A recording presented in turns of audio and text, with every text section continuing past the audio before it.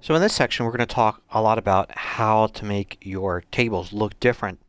And one of the primary elements in a table are these lines that appear between cells.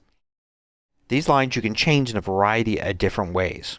So first let's look at changing them using the cell sidebar.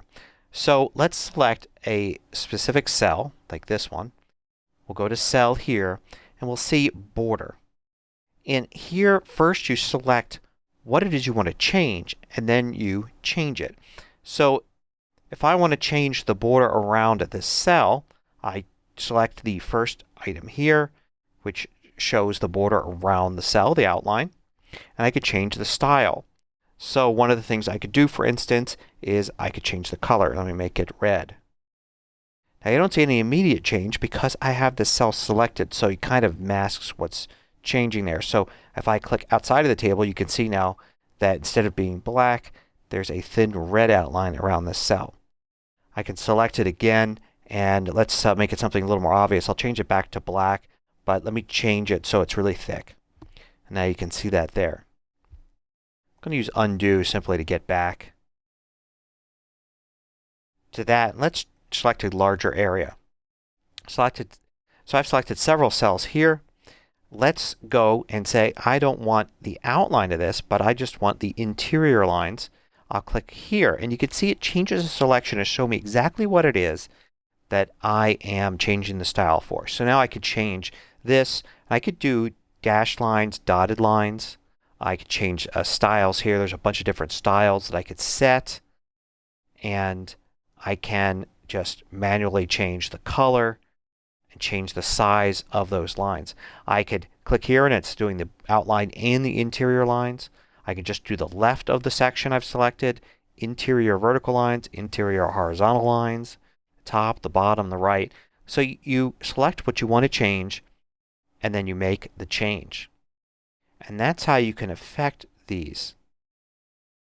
So using this you can really change any line you want. Notice that I could select this cell and say I want to change the right side of that. But I could also select this cell and say I want to change the left side of it. It's going to change the same line each time. Just two different ways of getting access to that line.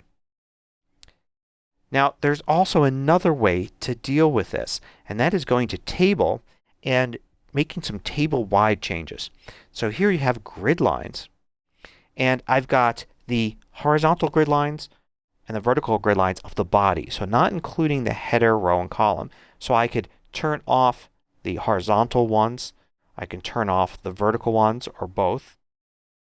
And I could do the same thing for the header column, the header row, and if I had a footer here I could do it for the footer as well. So since I don't have one, this one doesn't change. So you have the options to just go in through these and change those really quickly for the whole table, or to get very specific for things. Like for instance, say I had a cell here that was very important. It was basically a calculation performed on all these other cells.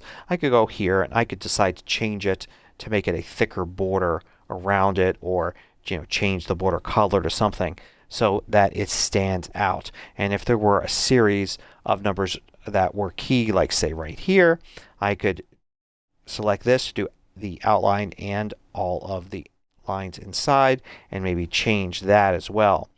So you could use these to indicate what's important in your table, what's not, or maybe what a user who is using your table after you are done setting it up should be paying attention to or should be changing. You've got lots of options to change the border there.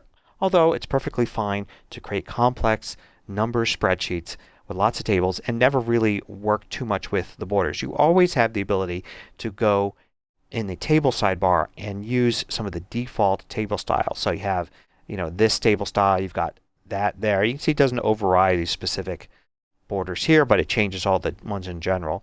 You've got this one. So you've got a lot of different ones here, and you could add your own. So if you get a table style like you want, the headers a certain way and things, you could hit the plus button there to save it and then use that as a style in other tables as well.